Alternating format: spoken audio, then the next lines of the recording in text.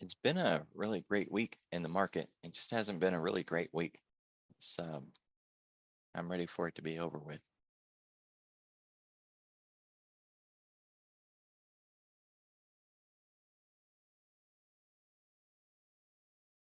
Hopefully you guys caught that liquidation break yesterday, that liquidity gap.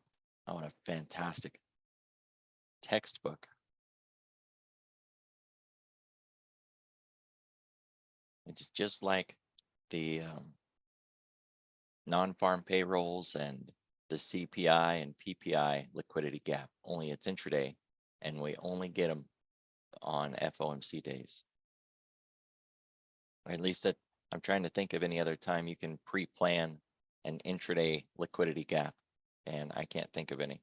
That's one where I know you get one, or you have the possibility of getting one, right? We never know for sure if we're going to get it.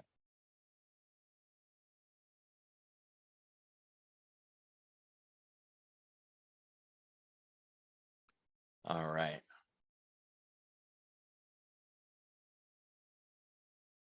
We'll hit broadcast and we'll be good to go. Still haven't got that Zoom AI companion figured out yet, but I'm not really in too big of a hurry. It's been that kind of week. Forget it. Maybe over the weekend. All right, I'm live. I'm up. Let's go. Good morning, everybody. Red on the screen across the board around the world. It started here and it just rippled like a tide, like a wave. So right now down the most is Hong Kong, more than 1.75%. Follow that across to Europe, into the US, and then into the UK. Down the least at only 0.25%. One thing throwing people off this morning is that US dollar Japan has already started breaking south, and we're not seeing any influence out of the S&P or really out of the dollar. It's a little tricky when that happens, but you got to remember that normally when we see the US dollar making a move to the downside, it's because the Dixie itself, the DXY, is making a move to the downside. Remember that US dollar Japan or US dollar JPY is a pair. The front part of that pair is DXY. So normally when we see US dollar Japan going down, it's because the DXY is going down. But there's other times that the US dollar Japan can go down, or other reasons that it can go down that has nothing to do with the Dixie itself. This is a chart here with two markets on it. The top one is US dollar Japan, and the bottom one is the FXY. I was looking at this for a trade setup today, so I figure since we're on the topic, might as well cover this one right off the bat. The FXY is an ETF that you can trade. The options aren't that fantastic, but whatever. The idea is that this is an inverse market to this. When, and I'm not saying if, when US dollar Japan gets whacked from these highs and starts to make that fall back down, this is going to start to make that climb back up. Now, maybe it sounds a bit premature to say when instead of if, right? Most of the time we preface our comments by saying maybe and kinda and, possibly. That's not the case. US dollar Japan has already made it clear, Bank of Japan, excuse me, has made it clear that they will intervene if we get to 152. That would, if we swag it, that would put us at around 60, maybe 59. And then when this falls, this would rally. So while we never want to say it's guaranteed, because they could run intervention and it could still go up anyways, this looks like a pretty good trade, right? How long it's going to take? I mean, we thought they were going to run intervention back here at 145, and now we're at 148. They've said 152 is their line in the sand, so, or 151. So, it's not like we're trying to time this bottom, call the bottom, and that we're just going to magnificently rise like the Phoenix. This would be a longer term play. If you could do it in shares, it'd probably be better. That way you're not fighting that theta decay. If you did want to take the route in the options market, just keep in mind that a spread allows you to buy theta and sell theta at the same time, right? I know most of us don't see it that way when we're building the spread. We'll just borrow this volume because we're not using it. Theta decay is what is going to whack the value out of these options, right? So if I buy an option in the money, then I'm trying to offset some of that decay from all the different Greeks. But another thing that you can do as well is think about the theta that you're buying versus the theta that you're selling.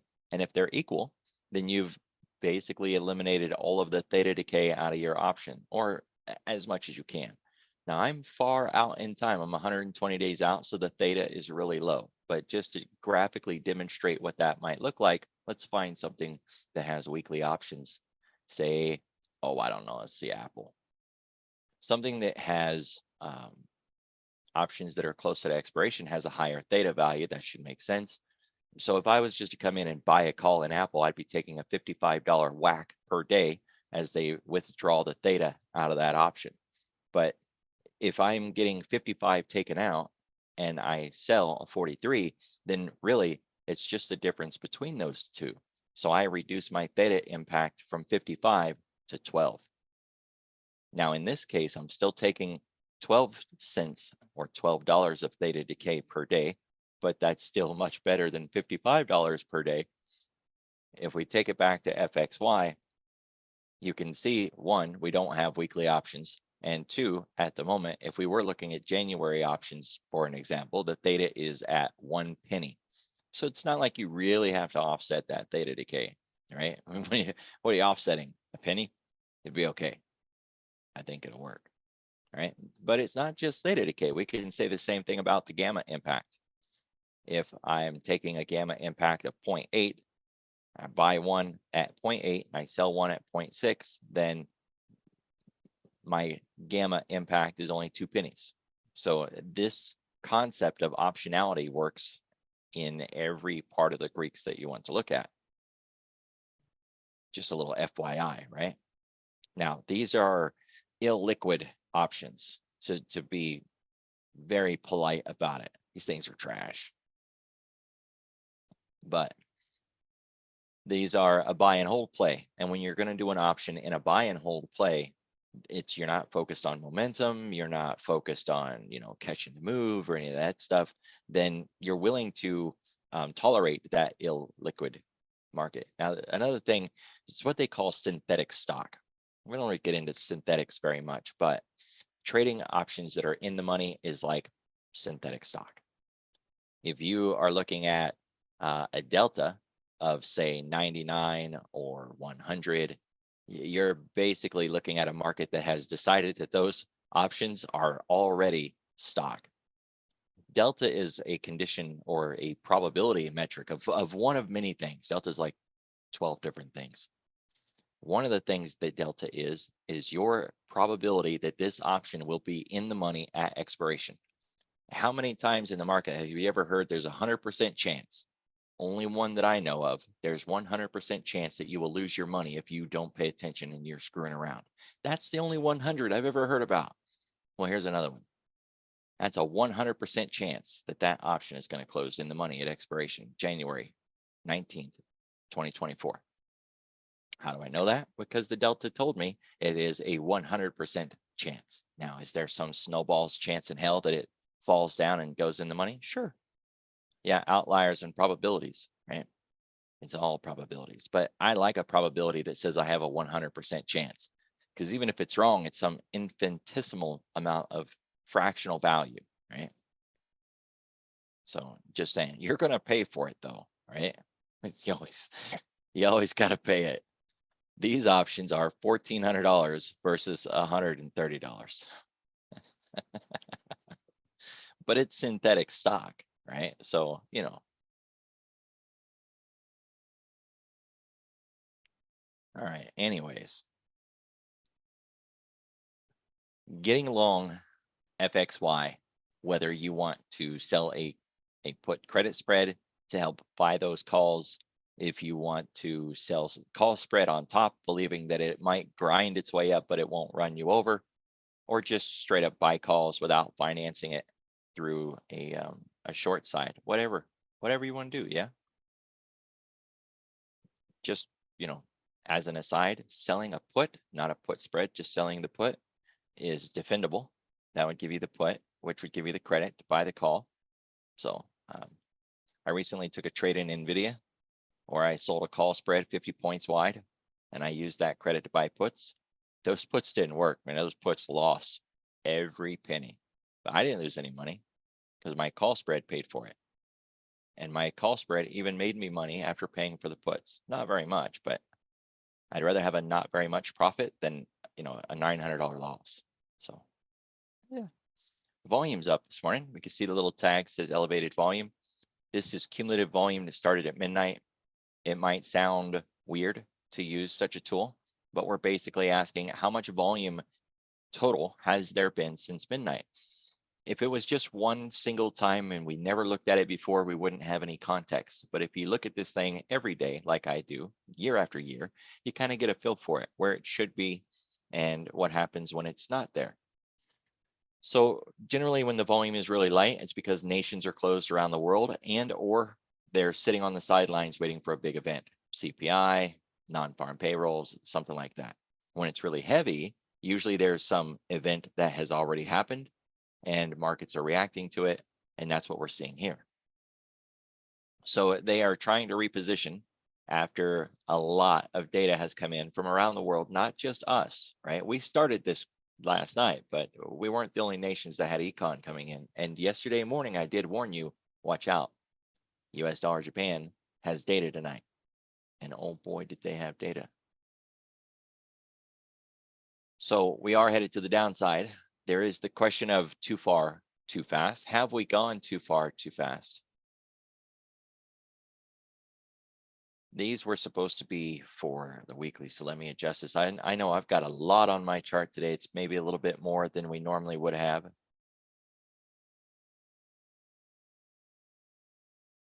That is definitely the 20. So let's see this one.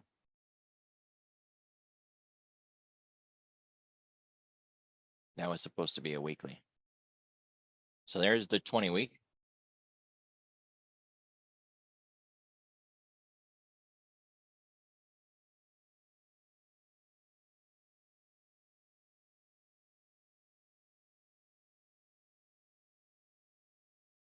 There's the 20 week. I know that we need those 20 weeks because when we look at the weekly chart here, we can see that we're interacting with the 20 week. Now I cheat. I got tired of the old argument. Should I use EMA? Should I use SMA? What do you think? EMA, SMA, EMA, SMA. I don't care. Use both.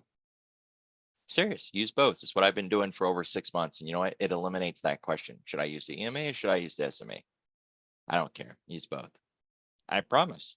They both get interacted with, right? Neither one of them are support. They're not resistance. They're not anything like that. They're just, where is price likely to get some reaction out of the market?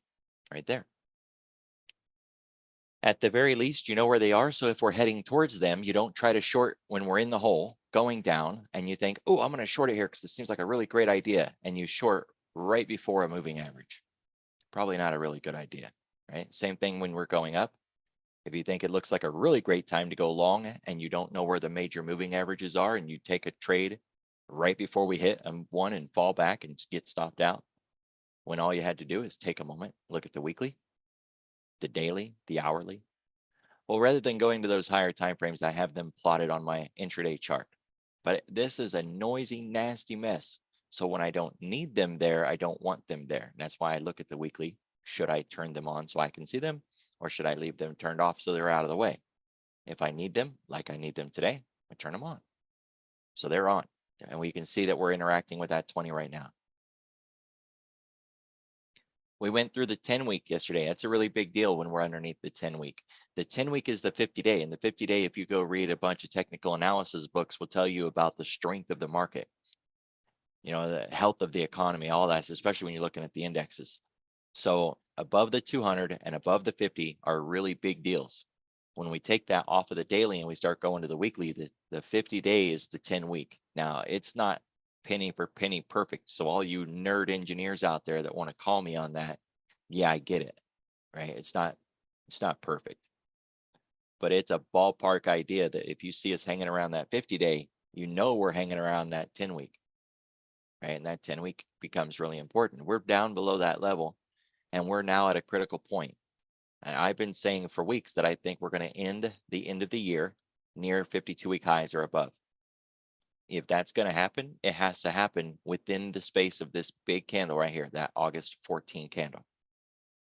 If we get below this candle and we don't rebound back out of it the other direction, start coming back up, then we're going to end the year much closer to these lows than to these highs. All right. I don't know that we'd actually get through that 50, but I think people might just panic sell. You know, we could get a nice little flash crash. Flash crashes don't last long, but they are fantastic buying opportunities. So just kind of keep that in mind. Have some free capital ready to scoop up, you know, some nice trades down there.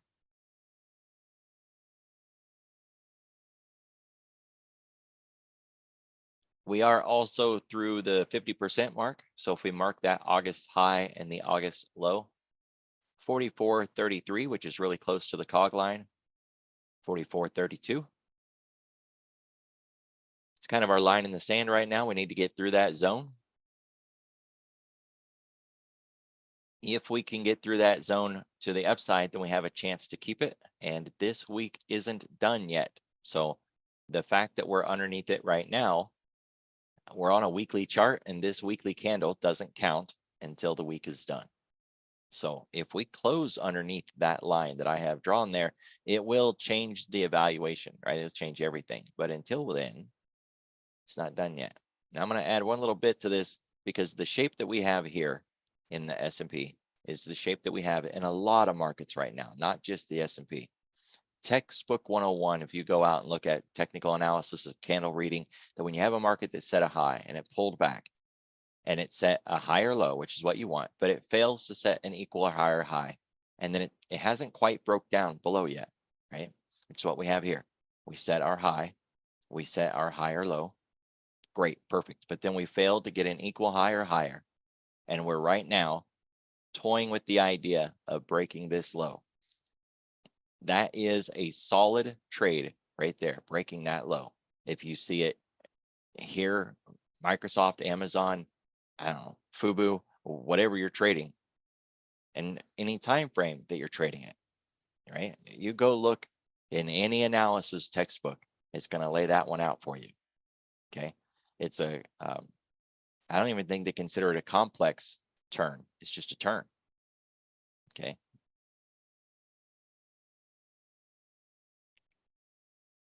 So we don't just have that in the indexes. We have that in about 80% of the markets, because, well, 80% of the markets do what the indexes do.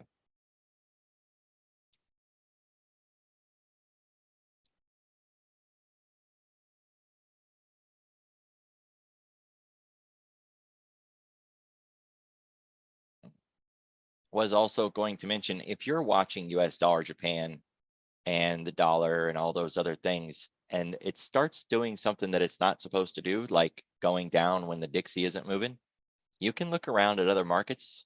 There's the Japan government bond. It's JPY10. It's kind of like the 10-year US, but it's the 10-year Japan. This can help a little bit. This is where they run their yield controls. They were doing it at 25, then they were doing it at 50. And right now they're saying, well, we're willing to tolerate it if it doesn't go to 1.0. They said that before, but as soon as we popped up back here, they whacked it back down. Right now, they're not intervening yet, but you know, we've talked about intervention before. And if they're going to do it, it would be right now when this thing is getting out of control. So if you want something to watch today to see if they are getting in there and starting to intervene, it would be this US dollar 10-year, right? Or excuse me, Japan 10-year bond. So just type in JP10Y and you'll get this chart. You don't need it on a weekly. You could certainly take it into a daily, but you don't need it less than a daily. Honestly, you don't. It's just going to be this really ugly chart if you try. And if you do go to something like a 30 or a 15, just turn it into a line chart or an area chart, something like that. The reason I say you don't need it is because the wick will show, right? If we start drastically pulling down, and we're going to have a big long wick up there. It'll look something like one of these candles over here. Do you really need to see it in that smaller time frame to grasp the significance that it's going down? Yeah, no. Okay, so that'd be one to watch. If you want to see them actually come in and intervene. And of course, that intervention will change everything, everything.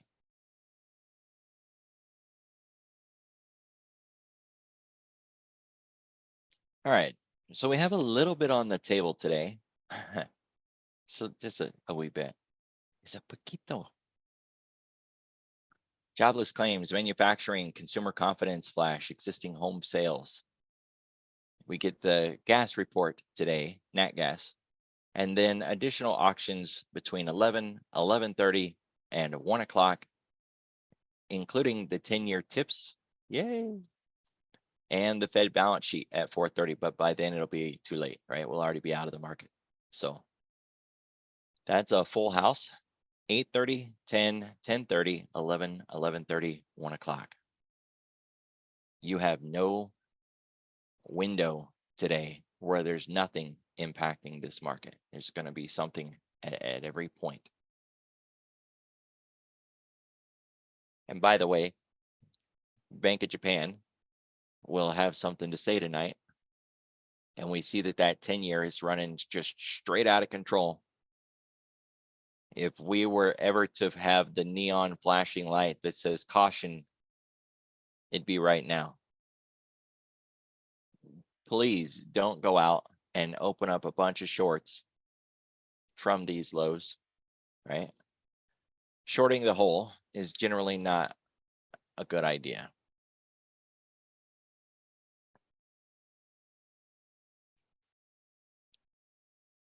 Now, if you can take an LRE, low risk entry, just catch a little bit of momentum play in and out, duck and weave, be nimble. Sure, why not? But, load the boat for December short. I don't, not with my money. 10-day, 30-minute volume profile. When we're at the highs, we expect to go to the lows. When we're at the lows, we expect to go to the highs. Hey, we're at the lows. It's really shallow where we're at. We're a long ways from the point of control. If and when we turn and go back the other direction, there's really nothing holding us back. There's no pivots here of concern. We don't even have really a classic shape yet, but we are forming the P shape. All right, try to use that sentence in public. We're forming the P shape.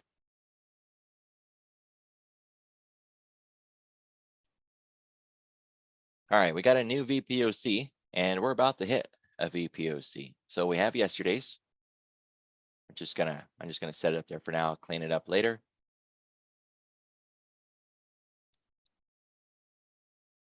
Well, yeah, I probably won't clean it up later, so I might as well do it now.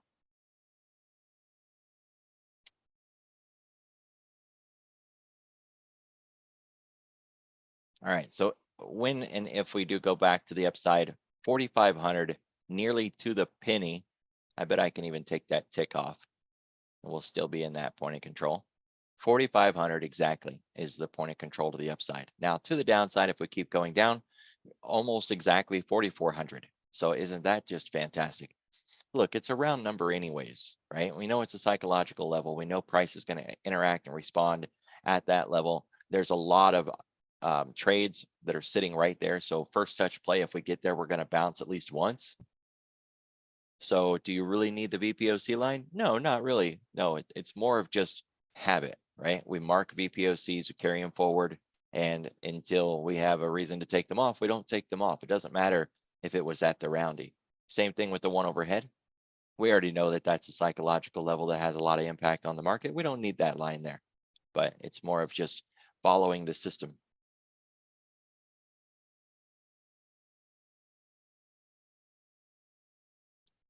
We are underneath the point of control. We have continued to expand to the downside. And so far, there's really no range to measure.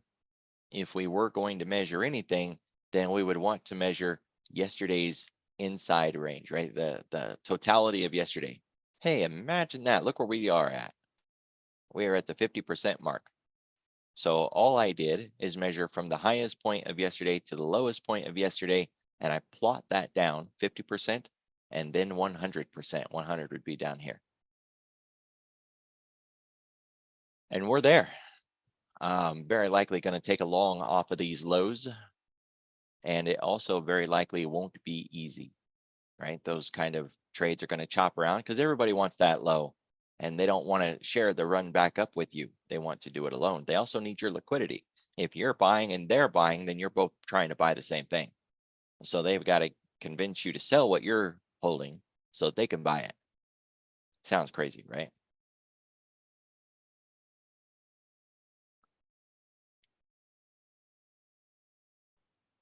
So we're also at a voodoo line down there. 44.11 is a cog line, no less. And below that, we have the 20-week, but we also have the full ADR, and we have a voodoo line. Talk about triple levels of support. Now, it's not support until we look back and say, oh, hey, look, it supported the market. It is possible support, it's potential support. It's a place where price might turn. But until it actually gets there, does it, and turns around and moves up, and we look back and say that it was support, it's not support. It's potential support. Having said all of that, it's like a disclaimer, right? If we do continue to the downside, I find it very hard that we would get through that 20-week, at least on a first touch, right? Because it's also the full ADR and it's also a voodoo line. And that's just a whole lot of stuff sitting right there at 43.96.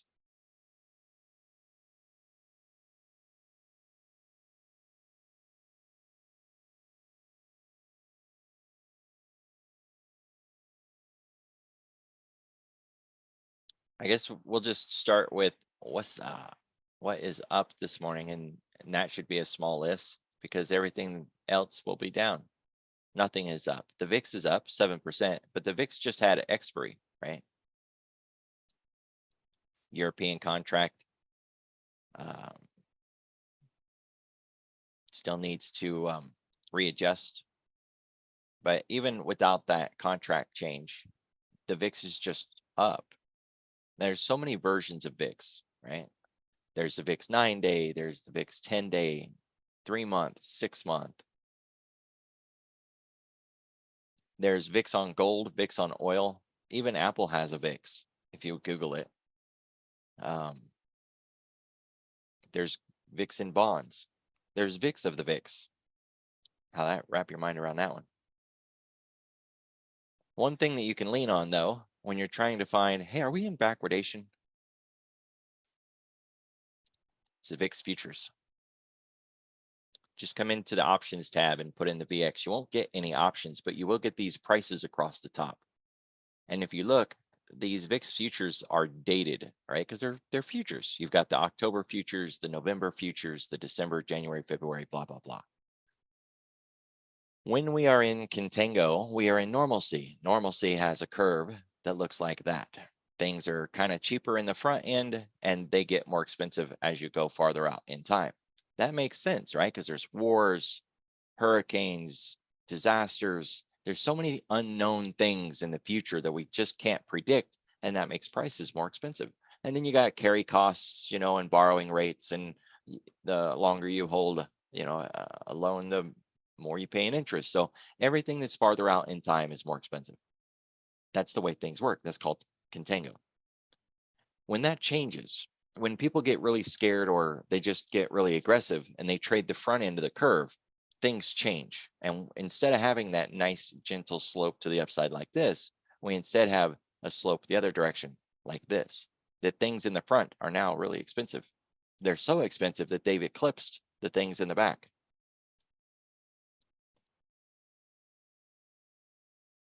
So that's what we're looking for. That, by the way, is called backwardation. We're in contango when things are normal. We're in backwardation when things flip over. And the way that you want to identify that is look at how many days we have to expiration. Far out in time would be high up on the curve. It should be more expensive. That's simple enough, right? 1982, 1960, 1920.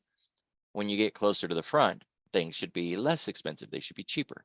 So 1880, 1860, 1745, we just keep getting closer. Just keep your eye on the side though, right? Because you don't want to get like all the way into the front, start messing around with a 5-day or a 6-day option. Look at what's active. It's the October 23 contracts, and that's what we want to focus on. 1695, and then everything else, 1745, 18, 19, 20. So we're not in there yet, right? We're still in contango, but that's what you would want to watch for. And all it's showing, if we think about why would it bid up? Well, it'll bid up if people start trading it, right? Supply and demand. If nobody's aggressively trading the front end, then the prices stay kind of low. It's hard to sell something when nobody wants to buy it. Everybody starts demanding contracts in the front end, prices are going to go up because it's easy to sell something when everybody wants it and you can just keep jacking the price up. Simplistic, yes, but it gets the point across. You can do that if you don't have VIX futures, if you have different VIXs. So, VIX 9-day. And you can type in VIX 1-day and VIX 3-month, and Thinkorswim will actually give you choices. So if you just type in VIX and you don't hit enter, start scrolling down. There's your 1 year, there's your 6-month, your 3-month, your 9-day. So you do have all those VIX choices, and you can stack them side by side or put them all in a watch list and look at their values. The front ones, the 1 days, the 9 days, they should be cheaper than the ones farther out.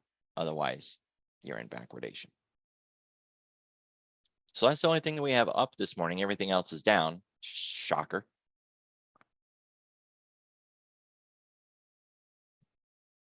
Leading us to the downside is China. KWEB and the MCHI makes sense. Behind that are the semiconductors, precious metals, emerging markets, which is basically China again. Uranium makes sense because they were up significantly. I'll hit that for a second.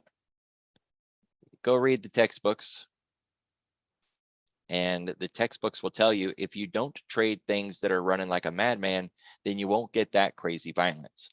Sure, you can trade stuff that has a high volatility and they will run really fast. Think of penny stocks or GameStop or something like that. It made a big fast move up and then it dumped and gave it all back, and it keeps maybe 10 or 20% of it when things go bad. If you're lucky, it keeps some of it, right? Otherwise, it gives it all back plus some.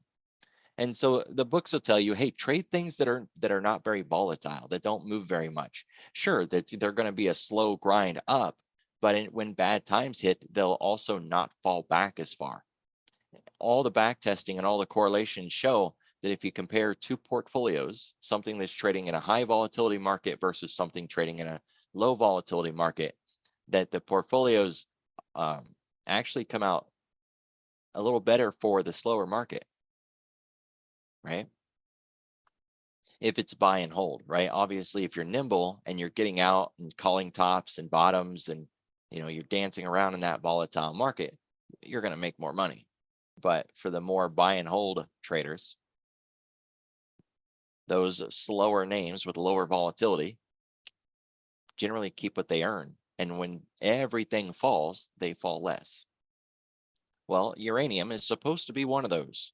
It's supposed to be a nice, slow, sleepy market that just continually grinds to the upside. It's fantastic. Except in the last 3 months, it's been running like a mad demon. That increased volatility does suggest that if or when this thing starts to fall, it's going to be a doozy. So approach with caution.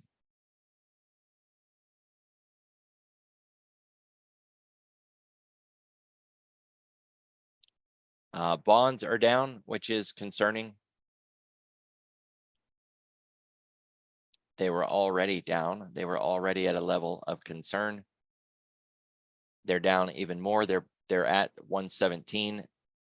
If we were at a spot where we start to say this is getting serious, right?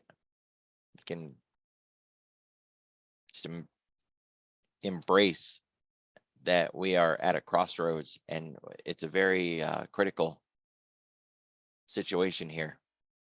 We're there. Maybe too many times they've come in and cried wolf and said bond bulls need to defend, and oh my goodness, they're going to do it. And that was here on the last day of July, and it was here in mid-August, and it was here. But all those other times we weren't, right? And even back here, I 1st of July heard the same thing. Well, then bond bulls better get in there and get it done. Yeah. Or what? It's kind of a good question, isn't it? Or what? What are you going to do about it? So we are now below that level. The warning center is this orange line right here, 115.23. Call it 115.5 because this uses notional fractional value. Thank God they got rid of that and on the other markets, right? Can you imagine trading the S&P using teens again? The 18th and 16th, right? In 30 seconds using fractions to trade the S&P. Oh my gosh. Let's just let that go. This market still uses fractions.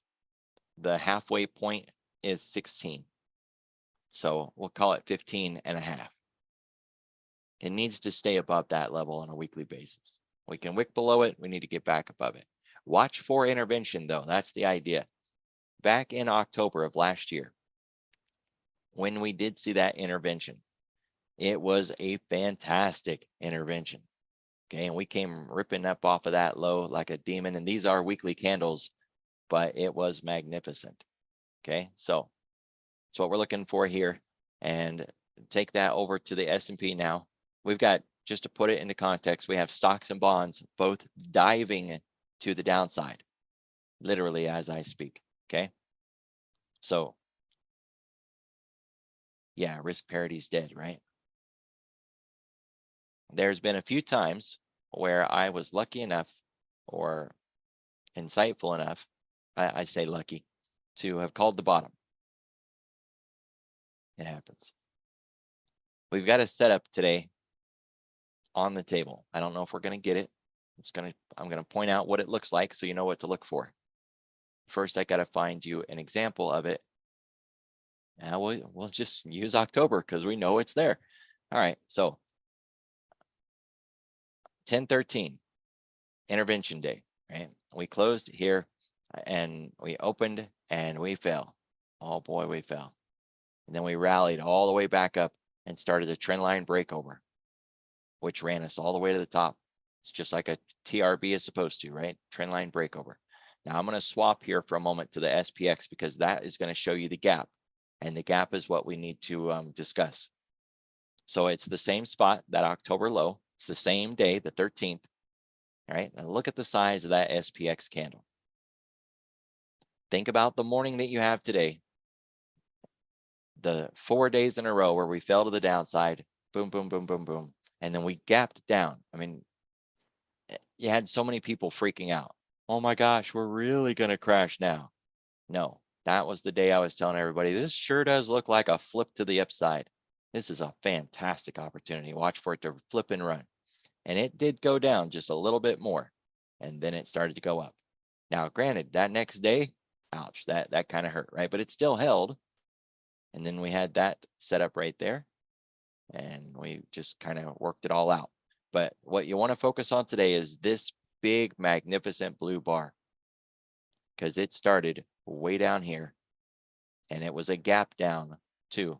And it felt really negative. The SPX today is going to open down a lot. Yeah. Because the ES kept falling last night. So we know that this is going to open down just like this. Now, hey, we're looking at an example where we gapped down here and it just kept falling for 3 more days. So there's no promise that today's the day where we flip over and run back up. I'm not giving you that promise.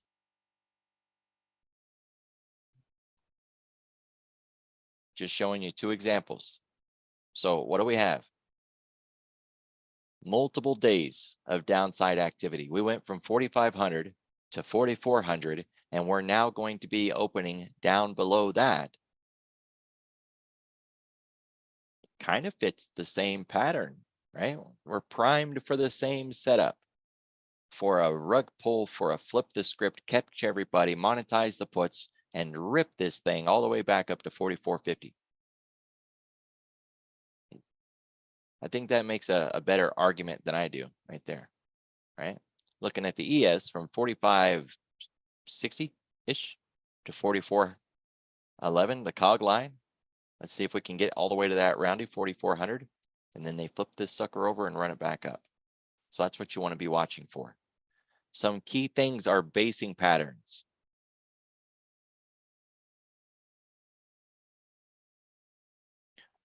It is. A lot of people mentioned it in the comments that most of you maybe can't see. Somebody made a comment about the fact that the VIX really didn't move the needle on that flip.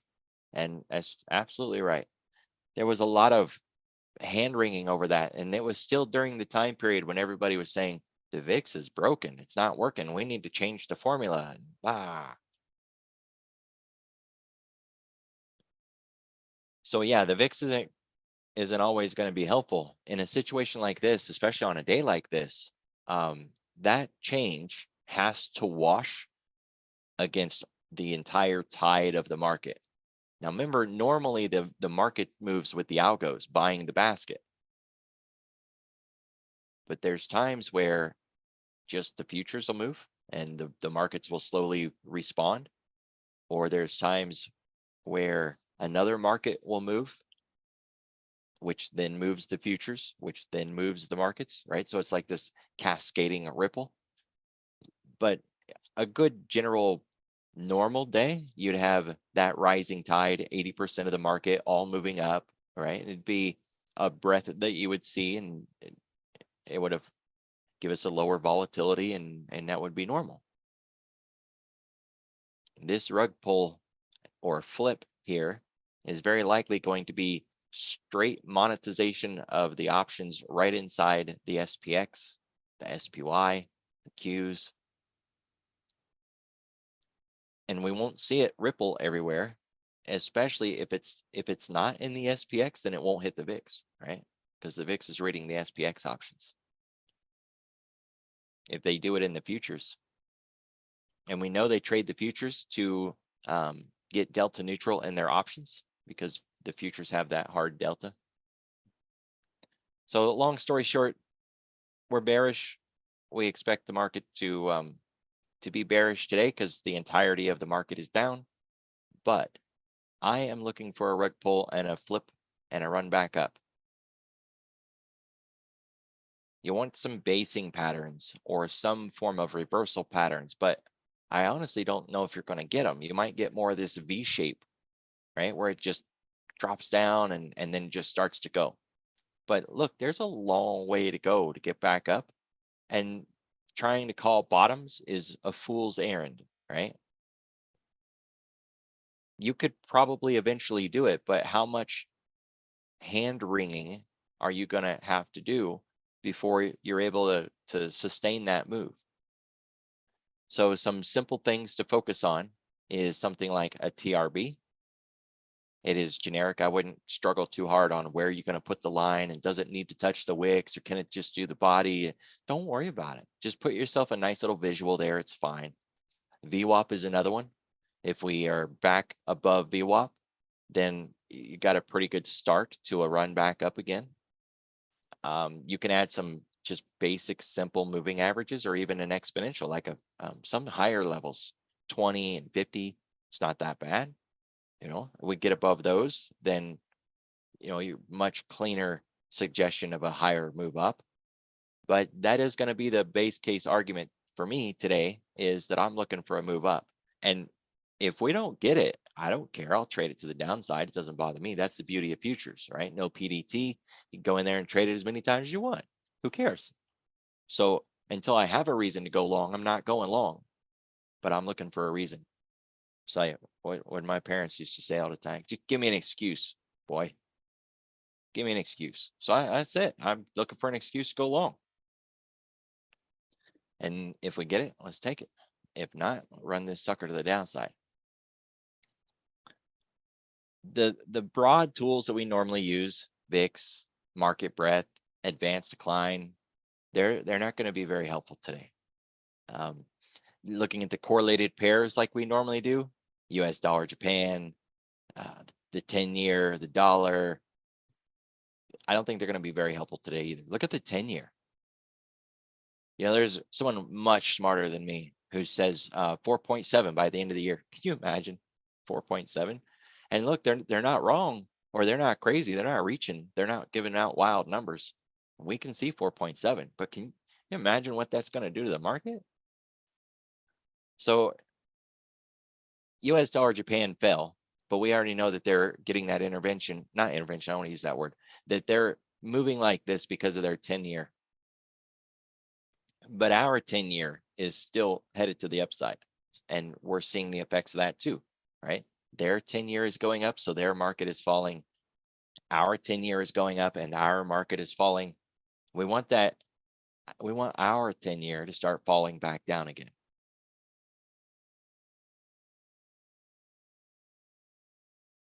We do have dollar and oil both moving to the upside as well, and those as well need to go down. Okay, so got a couple of things that we can look for. I would just set US dollar Japan to the side for the moment, unless you're watching their bond.